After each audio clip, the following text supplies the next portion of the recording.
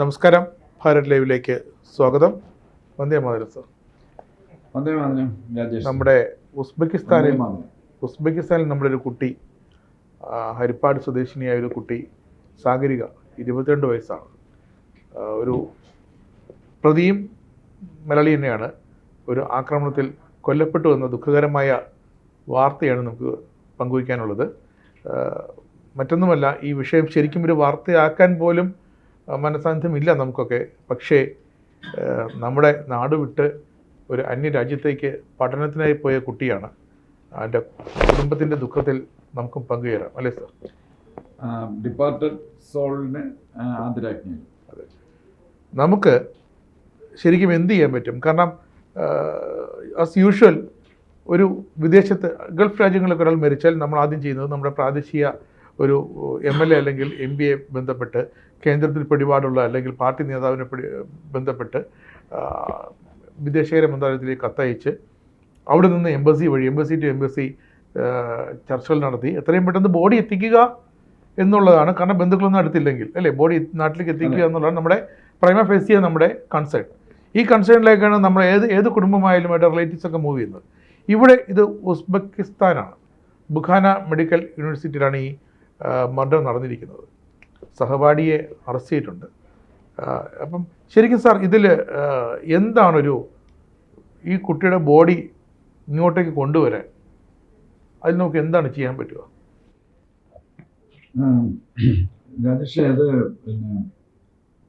ഈ ഇതുപോലുള്ള ഇൻസിഡൻസ് ഈ പഠിക്കാൻ മെഡിക്കൽ വിദ്യാർത്ഥികൾ, എഞ്ചിനീയറിംഗ് ഇതിനൊക്കെ വെളിയിൽ പോയി ചെയ്തിട്ട് ഇത്ര മാരകമായ ഒരു സംഭവം അടുത്ത കാലത്തൊന്നും റിപ്പോർട്ട് ചെയ്തിട്ടില്ല. പക്ഷെ വേറെ ഒരുപാട് കോംപ്ലിക്കേഷൻസ് ഉണ്ടായിട്ട് എന്ത് ചെയ്യണമെന്ന് അറിയാതെ ചുമ്മാ മിനിസ്ട്രി ഓഫ് ഹോം അഫയേഴ്സ്, കേന്ദ്ര ഗവൺമെൻറ് അവിടെ ഇവിടെയൊക്കെ കിടന്ന് ഓടിയിട്ട് കാര്യമില്ല. അത് എന്തൊക്കെയാണ് ഇതുപോലുള്ള കാര്യം കുട്ടികൾ പുറത്തയക്കുമ്പോൾ എന്തൊക്കെ കാര്യങ്ങൾ പ്രിക്കോഷൻസ് നമ്മൾ പാരൻസ് കുട്ടികൾ എടുക്കേണ്ടതിനെ പറ്റിയൊക്കെ നമുക്ക് സെക്കൻഡ് പാർട്ട് ചെയ്യാൻ സമയം തികയില്ല. ആദ്യം നമുക്ക് ഇമ്മീഡിയറ്റ് പാരൻസിന് അറിയാമായിരിക്കും, ഇല്ലെങ്കിൽ പാരൻസിന് അല്ലെങ്കിൽ റിലേറ്റീവ്സിന് നമ്മളൊന്ന് അലർട്ട് ചെയ്യാണ്. നിങ്ങൾ ഇന്നതൊക്കെയാണ് ചെയ്യേണ്ടത്. നമ്മൾ ഇവിടുത്തെ പോലീസ് ചെയ്യുന്ന പോലെ അല്ല അവിടുത്തെ പോലീസ് ചെയ്യുന്നത്. അത് ഡിഫറെൻറ്റ് സിസ്റ്റമാണ്.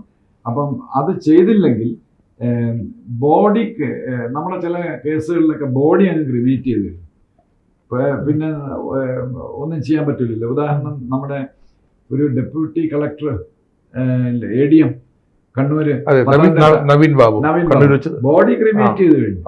എനിക്കൊന്ന് ആ ലേഡി അവരെ പറ്റിച്ച് എല്ലാരും കൂടെ ബോഡി ക്രിമേറ്റ് ചെയ്തിട്ട് പിന്നെ എന്തു ചെയ്യാനാ? മറ്റേ ബറി ചെയ്തതാണെങ്കിൽ ക്രിസ്ത്യനോ മുസ്ലിമോ ആണെങ്കിൽ അത് എക്സ്ട്രീമിൽ ചെയ്യും. ആ സമയത്ത് റിലേറ്റീവ്സ് സ്ട്രോങ് ആയിരുന്നെങ്കിലും മതിയായിരുന്നു. പക്ഷെ ഇത് അവിടെ പാർട്ടി ഏറ്റെടുത്ത് ചെയ്യുമായിരുന്നു. അതേ CPM തന്നെ ഏറ്റെടുത്തിട്ട് അതിന് തെളിവ് പോയി, തെളിവ് നശിച്ചു. അപ്പൊ അതേപോലെ ഇവിടെ നമ്മൾ ഇമ്മീഡിയറ്റ് ചെയ്യേണ്ടത്, റിലേറ്റീവ്സ് ചെയ്യേണ്ടത്, ബോഡി ഡൽഹിയിൽ വന്നെന്ന് പറയപ്പെടുന്നു. അങ്ങനെയാണെങ്കിൽ ബോഡി ക്രിമേഷന് മുമ്പ്, ഫ്യൂണറൽ റൈറ്റ്സ് ചെയ്യുന്നതിന് മുമ്പ് ഈ ബോഡി രണ്ടാമത് ഓട്ടോപ്സി നടത്താം. അവിടെ ഓട്ടോപ്സി നടത്തി ഉസ്ബെക്കിസ്ഥാനിൽ. നമുക്ക് ഉസ്ബെക്കിസ്ഥാനിലെ പോലീസ് എങ്ങനെയാണോ അവിടുത്തെ സിസ്റ്റം എങ്ങനെയാണെന്നതിനെ പറ്റിയൊന്നും ഐഡിയ ഇല്ല. അതൊരു മുസ്ലിം കൺട്രി അല്ലേ, അവിടുത്തെ ലോസ് ഒക്കെ ഡിഫറെന്റ് ആയിരിക്കും അല്ലേ? അല്ല, ലോസ് ഡിഫറെന്റ്. പക്ഷെ ആ കമ്മ്യൂണിറ്റിയിലുള്ളവർക്കൊരു അവർക്കൊരു പ്രിവിലേജ് അങ്ങനെ എന്തെങ്കിലും ഉണ്ടോ? പ്രത്യക്ഷത്തില് പ്രേമാഫേസി ഒന്നും ഇല്ല. പക്ഷെ നമുക്കൊന്നും പറയാൻ പറ്റില്ല. എനിക്ക് തോന്നുന്നു ഇന്ത്യയെക്കാളും കറപ്റ്റ് ആയിട്ടുള്ള കൺട്രീസ് ഉണ്ട്, third world countries. Uzbekistan is A third world country. അവര് നല്ല രീതിയിൽ ഇങ്ങനെ പൊങ്ങി വരുന്നുണ്ട്. പിന്നെ ഇന്ത്യയുടെ ശത്രുതാ മനോഭാവമുള്ള ഒരു രാഷ്ട്രമൊന്നും അല്ല. അപ്പം അവിടുത്തെ പോലീസ് നമ്മളെ പോലീസിനേക്കാളും ബെറ്റർ ആവാൻ ഒരു ചാൻസ് എനിക്ക് തോന്നുന്നില്ല. എനിവേ, അപ്പൊ അതെല്ലാം മനസ്സിൽ വെച്ചിട്ട് ഈ ബോഡി വന്ന ഉടനെ സെക്കൻഡ് ഓട്ടോപ്സി നടത്തും. അത് ഒന്നീ ഹൈക്കോടതിയിൽ ഇമ്മീഡിയറ്റ് പരാതി കൊടുക്കുക, അല്ലെങ്കിൽ മിനിസ്ട്രി ഓഫ് ഹോം അഫയേഴ്സിലോ ഹോം മിനിസ്ട്രിയിലോ കൺസേൺ ഹോം മിനിസ്ട്രിയിലോ ഒക്കെ പരാതി കൊടുത്തിട്ട് അതിൻ്റെ ബ്ലഡ് റിലേറ്റീവ്സിന് ആരെങ്കിലും കൊണ്ട്, ക്ലോസ് ബ്ലഡ് റിലേറ്റീവ്സിനെ കൊണ്ട് പരാതി കൊടുത്തിട്ട് ഇത് രണ്ടാമത് സെക്കൻഡ് ഓട്ടോപ്സി നടത്തുന്നത്. എന്തിനാണ് ഈ സെക്കൻഡ് ഓട്ടോപ്സി നടത്തുന്നത് പറഞ്ഞാൽ, അഥവാ അവിടെ എന്തെങ്കിലും കളിച്ചിട്ടുണ്ടെങ്കിൽ, ഉസ്ബെക്കിസ്ഥാൻ പോലീസ് കളിച്ചിട്ടുണ്ടെങ്കിൽ ആ ഇഞ്ചുറീസ്, അതിനകത്ത് 7 ഇഞ്ചുറി ഉള്ളെന്ന് വെച്ചോളൂ, തലയിലാണ് അടിച്ചത്. പക്ഷെ തലയിൽ വേറെ വലിയ ഇഞ്ചുറി ഒന്നും കാണാനില്ല. ബാക്കി 7 ഇഞ്ചുറി ബോഡിയിലൊക്കെ ഉണ്ട്. പക്ഷെ അപ്പം അത് ക്ലിഞ്ചിങ് എവിഡൻസ് ആണ് നഷ്ടപ്പെട്ടത്. അപ്പൊ നമ്മളെ ഇവിടെ രണ്ടാമത് റീപോസ്റ്റ്മോർട്ടം ഇവിടെ ഇൻക്വസ്റ്റ് നടത്തി പോസ്റ്റ്മോർട്ടം നടത്തുന്ന ഇൻക്വസ്റ്റ് നടത്തും പോലീസ്. അപ്പൊ ഇവിടെ നമുക്കത് ചെയ്യാൻ പറ്റും. അപ്പൊ ഓട്ടോപ്സി നടത്തി എഫ്ഐആർ എടുത്താലേ ഓട്ടോപ്സി ചെയ്യാൻ പറ്റുള്ളൂ. അപ്പൊ എഫ്ഐആർ എടുക്കും. എഫ്ഐആർ എടുത്തിട്ട് അതിന് പ്രൊവിഷനുണ്ട്. എന്നിട്ട് നമ്മളത് സൂക്ഷിക്കുക. അപ്പൊ ഈ 2 എണ്ണത്തിൽ സെയിം ഇഞ്ചുറീസ് ആണ് ഇന്ത്യൻ ഡോക്ടേഴ്സും ഉസ്ബെക്കൻ ഡോക്ടേഴ്സും നോട്ട് ചെയ്തിട്ടുണ്ടെങ്കിൽ ഓൾ റൈറ്റ്, തൽക്കാലം ആശ്വസിക്കാം. അതല്ല അവരുടെ സഫീഷ്യന്റ് പോരാ, ഇവിടെ മോർ ഫൈൻഡിങ്സ് ഉണ്ടെങ്കിൽ നമുക്ക് മോർ ഫൈൻഡിങ്സ് ഇവിടെ ഉണ്ടെങ്കിൽ അത് കാര്യങ്ങൾ കുഴപ്പത്തിലാണ്. അവരുടെ ഇൻവെസ്റ്റിഗേഷൻ അവര് തൊലയ്ക്കാൻ സാധ്യതയുണ്ട്. ഇതൊക്കെ ഒരു ഹൈപ്പോത്തറ്റിക്കലായിട്ട് ഞാൻ പറഞ്ഞാണ്. അങ്ങനെ we can hope for the best. ഒരു ചാൻസും തള്ളിക്കളയാൻ പറ്റില്ല. അതുകൊണ്ട് നമ്മൾ ഈ ബോഡി നമുക്ക് ഒരുപാട് നാൾ വെക്കാൻ പറ്റില്ല. അപ്പൊ അതുകൊണ്ട് എഫ്ഐആർ എടുത്തിട്ട് ഓട്ടോപ്സി രണ്ടാമത് എടുക്കുമ്പോൾ എഫ്ഐആർ എടുക്കണം. എഫ്ഐആർ എടുത്തിട്ട് ഓട്ടോപ്സി നടത്തിയിട്ട് നമ്മൾ എന്നിട്ട് വെയിറ്റ് ചെയ്യുക. എന്നാലും ഒരു റിക്വസ്റ്റ് വയ്ക്കാം, CBI അന്വേഷിക്കണം. കാര്യം ഇത് ഇന്റർ കോണ്ടിനെന്റൽ ഇതിൽ വരുന്നതല്ലേ. അപ്പം CBIക്ക് മാത്രമേ പറ്റുള്ളൂ. പിന്നെ നിയമപ്രകാരം ഉസ്ബെക്കിസ്ഥാൻ ലോയിൽ ഉസ്ബെക്കിസ്ഥാനിന് ചെയ്യാൻ പറ്റുള്ളൂ. നമ്മൾ പറയണത് കേൾക്കണമെന്നില്ല. പിന്നെ ഇപ്പൊ ഓസ്ട്രേലിയയോ ഇന്തോനേഷ്യയോ ഒക്കെ ആണെങ്കിൽ നമ്മുടെ രാജ്യമായിട്ട് ഭയങ്കര അടുപ്പമാണ്. അപ്പം നമ്മുടെ ഗവൺമെന്റ് ഒരു സ്പെഷ്യൽ റിക്വസ്റ്റ്, ഇപ്പൊ രാജേഷ് നേരത്തെ വന്നില്ല MPയോ പിന്നെ ഇവിടുത്തെ ഇപ്പൊ രമേശ് ചെന്നിത്തല സാറാണല്ലോ അവരുടെ MLA വഴിയോ അദ്ദേഹം ഡൽഹിയിലൊക്കെ കോണ്ടാക്ട് ചെയ്ത് അത് കൊണ്ടുവന്നാൽ ഒരു CBI കൊണ്ടൊരു എഫ്ഐആർ എടുത്തിട്ട് വി വിൽ വെയിറ്റ്. എന്നിട്ട് നമ്മുടെ എംബസി അതാണ് മിനിസ്ട്രി ഓഫ് എക്സ്റ്റേണൽ അഫയേഴ്സിന് ഒരു പെറ്റീഷൻ കൊടുക്കണം എന്ന് പറഞ്ഞു. എന്നിട്ട് അവിടുത്തെ എംബസി താഷ്കെൻഡിലെ എംബസി എടുത്ത് നല്ല സ്ട്രോങ് ആയിട്ടുള്ള ആള് പറഞ്ഞ് അത് ക്ലോസ് ആയിട്ട് മോണിറ്റർ ചെയ്യാൻ പറയും. അവരുടെ ഇൻവെസ്റ്റിഗേഷൻ റിപ്പോർട്ട് ആ റിപ്പോർട്ടിൽ എന്തെങ്കിലും കൊള്ളരുതായ്മ വന്നു കഴിഞ്ഞാൽ നമുക്ക് ഈ എഫ്ഐആർ മുന്നോട്ട് പോകാൻ പറ്റും. നമുക്ക് ഇൻവെസ്റ്റിഗേഷൻ പാരലൽ ഇൻവെസ്റ്റിഗേഷൻ അല്ല. പക്ഷെ എന്നിരുന്നാലും CBI ഇതിന്റെ കൂടെ ഉണ്ട് എന്ന് പറഞ്ഞാൽ ഉസ്ബെക്ക് പോലീസ് ചിലപ്പോൾ കളിക്കാൻ സാധ്യതയില്ല. സ്റ്റിൽ അക്യൂസ്ഡ് കയ്യിലുണ്ട്, ഇപ്പോഴും ഉണ്ടെന്ന് പറയപ്പെടുന്നു, നമുക്കറിഞ്ഞൂടാ. ഇപ്പം ഈ ഡീറ്റെയിൽസ് ഒന്നും ഇങ്ങനെ ഡ്രിപ്സ് ആൻഡ് ഡ്രാപ്സ് ആയിട്ടാണ് വരുന്നത്. പക്ഷേ വേറൊരു കാര്യം, നമ്മുടെ പോലീസിങ്ങും അവിടെ പോലീസിങ്ങും സെയിം ആണോ ഡിഫറെന്റ്? അല്ല, ടോട്ടലി ഡിഫറെന്റ് ആണ്. നമ്മുടെ ഈ ബ്രിട്ടന്റെ കീഴിലുള്ള commonwealth countries, Australia, India, Malaysia, ഇതുവരെല്ലാം കോമൺവെൽത്ത് കൺട്രീസ് ആയിരുന്നു. അതിനുള്ളത് ബ്രിട്ടന്റെ സിസ്റ്റമാണ്, കോമൺ ലോ സിസ്റ്റം. അതേസമയം അമേരിക്കയിലെ പകുതി എബൌട്ട് 25, 25 or 24, അതിനകത്ത് കോണ്ടിനെന്റൽ സിസ്റ്റം ഉണ്ട്, കോമൺ ലോ സിസ്റ്റം ഉണ്ട്. കോമൺ ലോ സിസ്റ്റം നമ്മുടെ പോലീസിൻ്റെയാണ്. കോണ്ടിനെന്റൽ ലോ എന്ന് പറയുന്നത് റോമൻ ലോയുടെ ബേസിൽ ഉണ്ടാക്കിയ സിസ്റ്റമാണ്. ലോകത്തിലെ മെജോറിറ്റി രാജ്യങ്ങളും കോണ്ടിനെന്റൽ ലോയിലാണ്, അല്ലെങ്കിൽ മോസ്റ്റ് ഡെവലപ്ഡ് കൺട്രീസ് എല്ലാം കോണ്ടിനെന്റൽ ആയിരുന്നു. ഉസ്ബെക്കിസ്ഥാനിൽ കോണ്ടിനെന്റൽ ലോ ആണ്. അപ്പം ഈ പ്രോസിക്യൂട്ടർ ഇനിഷ്യേറ്റ് ചെയ്യും. ഒരു ക്രൈം റിപ്പോർട്ട് ചെയ്ത് കഴിഞ്ഞാൽ പ്രോസിക്യൂട്ടർ ഇനിഷ്യേറ്റ് ചെയ്തിട്ട് ഇൻവെസ്റ്റിഗേറ്റിംഗ് ജഡ്ജി വരും. ഇൻവെസ്റ്റിഗേറ്റിംഗ് ജഡ്ജിന്റെ അടുത്ത് പ്രോസിക്യൂട്ടർ പറയും, please go and investigate and do everything. അപ്പം നമ്മുടെ പോലീസ് കോമൺ ലോയിൽ എഫ്ഐആർ തൊട്ട് ഇൻഡൈറ്റ്മെന്റ് വരെ പ്രോസിക്യൂട്ടർ ഉണ്ടെങ്കിൽ നമ്മുടെ പോലീസാണ് ഇതെല്ലാം ചെയ്യുന്നത്. അവിടെ അങ്ങനെയല്ല. ഈ ഇൻവെസ്റ്റിഗേറ്റിംഗ് ജഡ്ജി വന്ന് നമ്മുടെ പോലീസ് ചെയ്യുന്ന പണിയല്ല ഇൻവെസ്റ്റിഗേറ്റിംഗ് ജഡ്ജി ചെയ്ത് ലാസ്റ്റില് ഇൻഡൈറ്റ്മെന്റ് പിന്നെ പ്രോസിക്യൂട്ടർ വഴി ട്രയൽ ജഡ്ജിന് കൊടുക്കും. ട്രയൽ ജഡ്ജിന് 1 തൊട്ട് 3 വരെ വരാൻ സാധ്യത. അവരുടെ ഉസ്ബെക്കിസ്ഥാനിൽ ഒരു ജഡ്ജി ആയിരിക്കും, ചിലപ്പോൾ 3 ജഡ്ജി വരും, അല്ലെങ്കിൽ 2 ജഡ്ജി വരും. ആ ഒരു ട്രയൽ ജഡ്ജിന്റെ മുമ്പ് ഇത് കൊടുക്കുകയാണ് ചെയ്യുന്നത്. അപ്പം പിന്നെ ഇത് രണ്ടുമായിട്ട് നമ്മൾ കമ്പയർ ചെയ്യുമ്പം ഇവിടെ 302 ആണ്. അവിടെ അവരുടെ ക്രിമിനൽ പ്രൊസീജിയർ 97 ആണെന്നാണ് എൻ്റെ ഓർമ്മ. 97 ഉസ്ബെക്കിസ്ഥാൻ ഇതനുസരിച്ച് 97 പ്രകാരം അവനെ കൺവിക്ട് ചെയ്യും. പിന്നെ നമുക്കത് ഇപ്പം ഉസ്ബെക്കിസ്ഥാന് തന്നെ വിടുക. ഈ പോസ്റ്റ്മോർട്ടത്തിൽ തന്നെ നമുക്ക് ഏകദേശം അറിയാൻ പറ്റും. നമ്മുടെ പോസ്റ്റ്മോർട്ടം സർട്ടിഫിക്കറ്റിൽ ഇന്ത്യൻ ഡോക്ടേഴ്സ് ചെയ്യുന്ന ഫോറൻസിക് എക്സ്പെർട്സ് ഡോക്ടേഴ്സ് ചെയ്യുന്നതിൽ കൂടുതൽ ഇഞ്ചുറീസ് ഉണ്ട്. ഇവർ നോട്ട് ചെയ്തിട്ടില്ലെങ്കിൽ ഇൻവെസ്റ്റിഗേഷൻ ഫ്ലോപ്പായിരിക്കും. എന്ന് പറഞ്ഞാൽ ഇഞ്ചുറി നേരെ ഇല്ലാതെ പിന്നെ എങ്ങനെ നമ്മളിത് പ്രൂവ് ചെയ്യും? ഇത് ക്ലിഞ്ചിങ് എവിഡൻസ് അല്ലേ പോസ്റ്റ്മോർട്ടം. അപ്പം നമുക്ക് CBI കൊണ്ട് പ്രസ് ചെയ്യിക്കുക, CBI അവരുമായിട്ട് പോയി ലൈസൺ വെച്ച് ഈ ഇൻവെസ്റ്റിഗേഷൻ സ്റ്റോപ്പ് ചെയ്യുക, ഫോളോ ചെയ്യുക ഒക്കെ ആകുമ്പോൾ കുറച്ചുകൂടെ അവർ നന്നായിട്ടൊക്കെ ചെയ്യും. അതൊരു scenario. Immediate ministry of home അഫയേഴ്സും പ്രൈം മിനിസ്റ്റർക്കോ അല്ലെങ്കിൽ ഹോം മിനിസ്റ്റർക്കോ എല്ലാം പെറ്റീഷൻ കൊടുക്കും ഈ ബ്ലഡ് റിലേറ്റീവ്സ്. ഇമ്മീഡിയറ്റ് അതാണ് വേണ്ടത്. അല്ലെങ്കിൽ ഹൈക്കോടതി പോവുക, കേരള ഹൈക്കോടതിയിലോ ഡൽഹി ഹൈക്കോടതിയിലോ. അത് ഈ നിയമവിദഗ്ധരുമായിട്ട് സംസാരിച്ച് സമയം താമസിക്കാതെ പെട്ടെന്ന് ഇതൊക്കെ ചെയ്യുക. പിന്നെ ഇവർക്ക് എന്ത് ശിക്ഷ, ഈ പ്രതിക്ക് എന്ത് ശിക്ഷ കിട്ടും എന്നുള്ളത് എൻ്റെ ഓർമ്മ ശരിയാണെങ്കിൽ ഈ ഉസ്ബെക്കിസ്ഥാൻ്റെ ലോ പ്രകാരമാണ് അവന് 25 വർഷം വരെ തടവ് വേണമെങ്കിൽ കൊടുക്കാം ഇതിൽ. പക്ഷെ ഡെത്ത് പെനാൽറ്റി 2008. അപ്പൊ അതൊക്കെയാണ് ഈ ബന്ധുക്കൾ ശ്രദ്ധിക്കേണ്ടത്.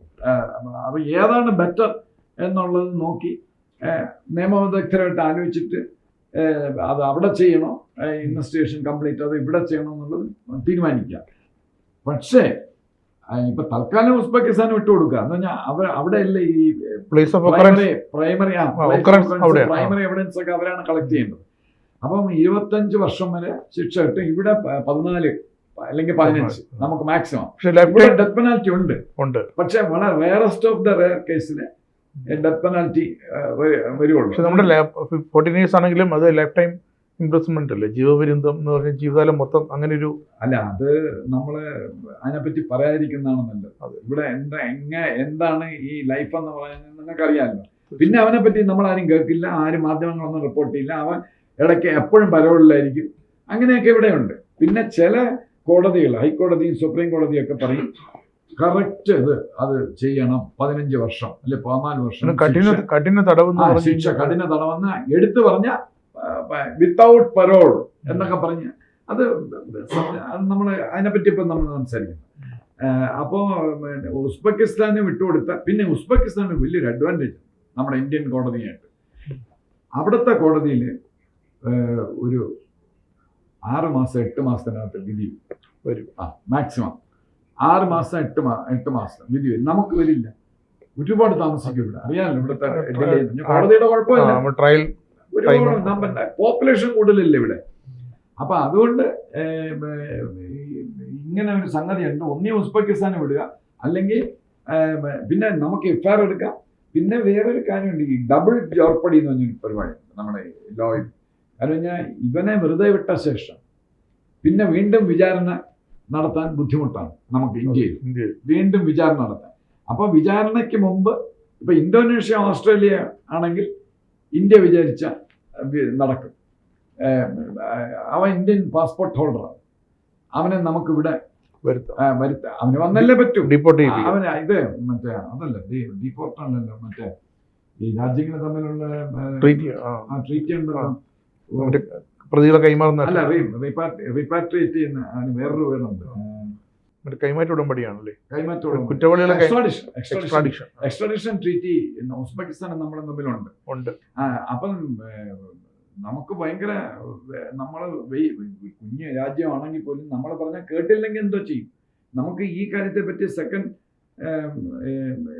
എപ്പിസോഡിൽ പറയാം. അത് പറഞ്ഞാൽ തീരില്ല. അപ്പം നമ്മള് ഗവൺമെന്റ് ഓഫ് ഇന്ത്യ വളരെ സ്ട്രോങ് ആയിട്ട് പ്രസ് ചെയ്ത് ഉസ്ബെക്കിസ്ഥാൻ കേട്ടാൽ, ബംഗ്ലാദേശ് ആണെങ്കിൽ പോയി തീർന്ന് അവൻ രക്ഷപ്പെട്ടെന്ന് വിചാരിച്ചാൽ മതി, പ്രതി രക്ഷപ്പെടും. ബംഗ്ലാദേശിൽ വെച്ചാണ് ഈ സംഭവം. അപ്പോൾ ഉസ്ബെക്കിസ്ഥാൻ അതല്ല, നമ്മുടെ എംബസി പറയുകയാണ് കുഴപ്പമില്ല, ഞങ്ങളിത് വാച്ച് ചെയ്തു. പിന്നെ CBI ഉണ്ടല്ലോ, വാച്ച് ചെയ്തു, കുഴപ്പമില്ല, നല്ല ഇൻവെസ്റ്റിഗേഷൻ. കോൺസുലേറ്റിന്റെ പവർ ഇരിക്കുമല്ലോ അവിടെ, എങ്ങനെ കോൺസുലേറ്റിന്റെ പവറിനെക്കാളും രാജ്യത്തിന്റെ പവർ. കോൺസുലേറ്റിന്റെ പവർ വേണമെങ്കിൽ നമ്മുടെ ministry of external affairs strong ആയിരിക്കണം. നമ്മുടെ രാജ്യം ഉസ്ബെക്കിസ്ഥാനായിട്ട് നമ്മുടെ വലിയ കുഴപ്പമില്ല. കസാക്കിസ്ഥാൻ, ഉസ്ബെക്കിസ്ഥാൻ വലിയ കുഴപ്പമില്ല. പക്ഷെ നമുക്കൊന്നും ഒരു കേസ് ടു കേസ് അല്ലേ, അപ്പൊ എങ്ങനെ വരും എന്നൊന്നും പറയാൻ ഒക്കില്ല. അപ്പൊ കോണ്ടിനെന്റൽ ലോയിൽ investigating judge, trial judge, jury ഇല്ല. ജൂറി ഉണ്ട് സാധാരണ കോണ്ടിനെന്റൽ ലോയിൽ ജൂറിയാണ്, 10-15 പേര് ജൂറിയാണ്. ഇപ്പൊ ഇത് നിർത്തിയത് 2008 മറ്റും. അപ്പൊ ഇവിടത്തെ പോലെ തന്നെയാണ് ജഡ്ജി വിധി പറയും. ഒരു 6 മാസം 8 മാസത്തിനകത്ത് വിധി വരും. പക്ഷെ നമുക്ക് ഇപ്പൊ ഇവിടെ ഇരുന്ന് നമുക്ക് ഒന്നും അവിടെ അപ്പീൽ കൊടുക്കാൻ പറ്റുമോ അവർക്ക്? അവിടെ അപ്പീലൊക്കെ ഉണ്ട്, ഫെയർ കോർട്ട് ഉണ്ട്. Fair court. അവനെ വെറുതെ വിട്ടാൽ പിന്നെ അപ്പീലൊന്നും പോയിട്ട് വലിയ കാര്യമൊന്നുമില്ല. അപ്പൊ തന്നെ ട്രാവേസ്റ്റി ഓഫ് ജസ്റ്റിസ് ഉസ്ബെക്കിസ്ഥാനിൽ നടക്കുന്നു എന്നുള്ളതാണ് അതിന്റെ ഇൻഡിക്കേഷൻ. അപ്പൊ അതിൽ പോകുന്നതിന് മുമ്പ് എംബസി റിപ്പോർട്ട് ചെയ്താൽ മതി ഗവൺമെന്റ് ഓഫ് ഇന്ത്യക്ക്. ഇത് ഇൻവെസ്റ്റിഗേഷൻ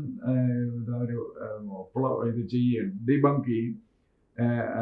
അതുകൊണ്ട് നമ്മൾ അടുത്ത കോഴ്സ് ഓഫ് ആക്ഷൻ നമ്മൾ മാറ്റണം. അപ്പൊ നമുക്ക് CBIക്ക് എഫ്ഐആർ എടുത്തിട്ടുണ്ട്, അത് നമ്മൾ താത്തു വെച്ചിരിക്കുകയല്ലേ. പിന്നെ ഇവിടെ ഓട്ടോപ്സി നടത്തിയിട്ടുണ്ട്. അപ്പൊ നമുക്ക് ഇവിടെ ഇൻവെസ്റ്റിഗേഷൻ നടത്തുകയും പിന്നെ ഇതും ചെയ്യും. പക്ഷെ ഉസ്ബെക്കിസ്ഥാനിൽ നല്ല രീതിയിൽ ഇൻവെസ്റ്റിഗേഷൻ നടത്തി ഉസ്ബെക്കിസ്ഥാനിൽ ചെയ്യുന്നതാണ് നല്ലത്, ബെറ്റർ. ഈ കുട്ടിയുടെ ആത്മാവിന് നല്ലത് അവിടെ ചെയ്യുന്നതാണ്. കാര്യം എന്ന് പറഞ്ഞു കഴിഞ്ഞാൽ പിന്നെ ഒരു നിവൃത്തിയില്ല. ഇവനെ രക്ഷിക്കാൻ വേണ്ടി ബംഗ്ലാദേശുകാർ ചെയ്യും പോലെ ഇവനെ രക്ഷിക്കാൻ വേണ്ടി അവർ നിൽക്കുകയാണെങ്കിൽ പിന്നെ വേറെ മാർഗമില്ല. നമ്മൾക്ക് ഇവിടെ ഇൻവെസ്റ്റിഗേഷൻ നടത്താനും ഇവിടെ ട്രയൽ നടത്താനും നമ്മൾ പ്രസ് ചെയ്യുക. അതിനുള്ള മാർഗങ്ങളുണ്ട്, അത് ചെയ്യാം.